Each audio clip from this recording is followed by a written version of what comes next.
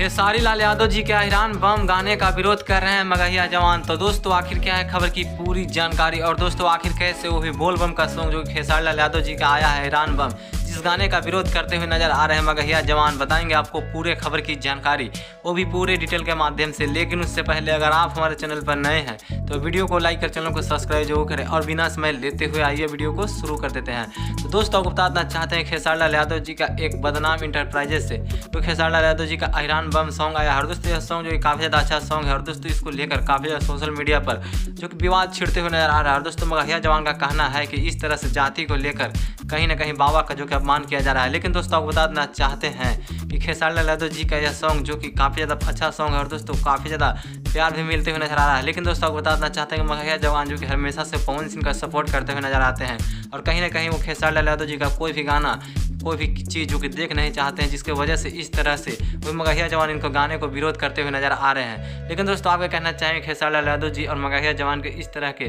वो भी खेसारी लाल यादव जी के अहिरान बम सॉन्ग को विरोध करने के बारे में? आपको जो लगता है आप अपनी राय कमेंट बॉक्स में जरूर बताइएगा दोस्त।